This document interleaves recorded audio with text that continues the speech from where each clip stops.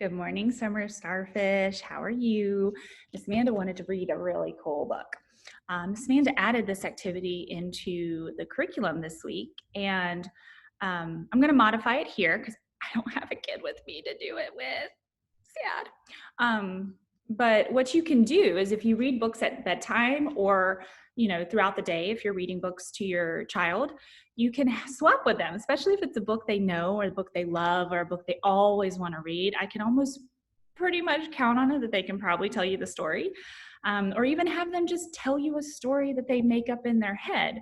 It's kind of fun to swap places and have you kind of listen to their stories. They feel a little more in control. They have fun telling their bigger person a story. We do this a lot in the classroom. We read books over and over again. So in a course of a week, we can read the same book 3 different times and come at it from 3 different perspectives. We also do stories on the board about ourselves, and then we have them retell it. It's just great for memorization. It's great for storytelling. It lets them know that words have meaning. Just a lot of literacy, can't say that word today, components to it. So today I'm going to read you Pete the Cat Scuba-Cat. Just looking at the front, what could you tell me about this book? Well, I see a pufferfish and an octopus. Oh, and I see a little blue-green fish right here. And then, of course, I see a red fish up there. So it looks like we have 4 little underwater sea creatures. I wonder if there's a starfish in here. And then, of course, we have Pete the Cat. And look, he has on his scuba tank and his mask. And this scuba tank is really important if you're under the water and you have been trained to go in the water. You can breathe underwater and you can stay down there and see all cool things. It's really cool if you get trained to be a scuba diver. Ms.Amanda is trained as a scuba diver, and my husband teaches scuba diving. So that's pretty cool. This book was written by James Dean, and he also drew the pictures because there's just one name. That means he did both. It's pretty awesome. Let's see.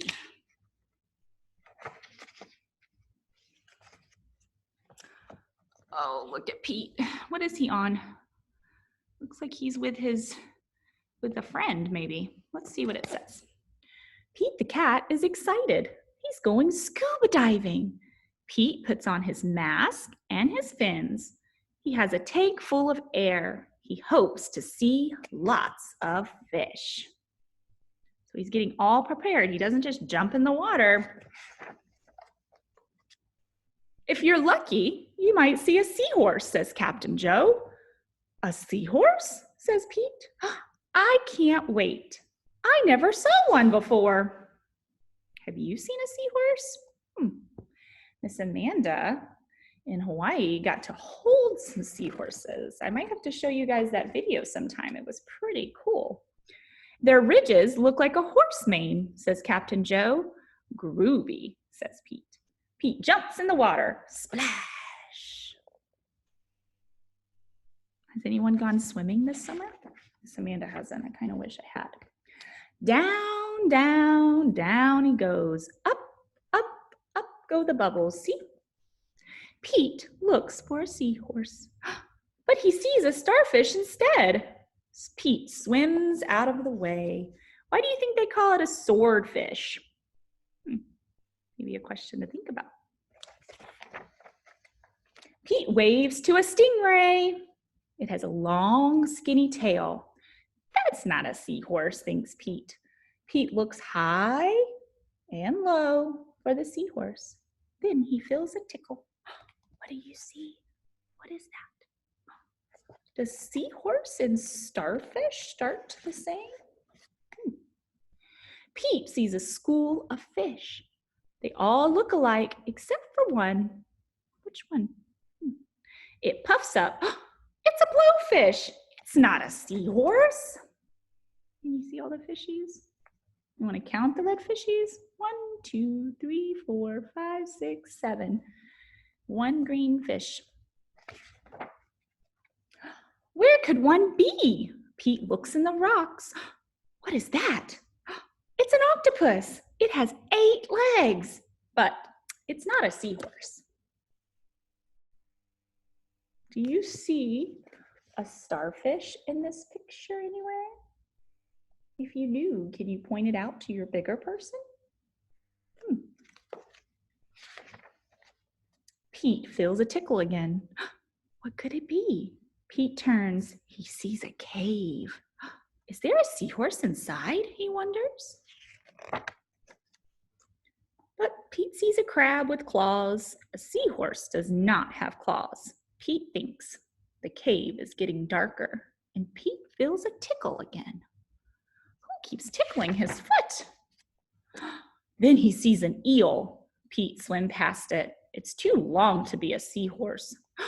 Oh no, it's too dark to see. How will Pete get out?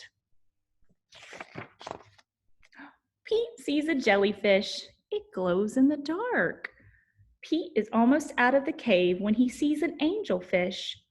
It's so colorful. Look at its long fins. Very pretty. Pete is out of the cave. So why is it so dark? Pete is in a shadow. He's in the shadow of a whale. Yikes!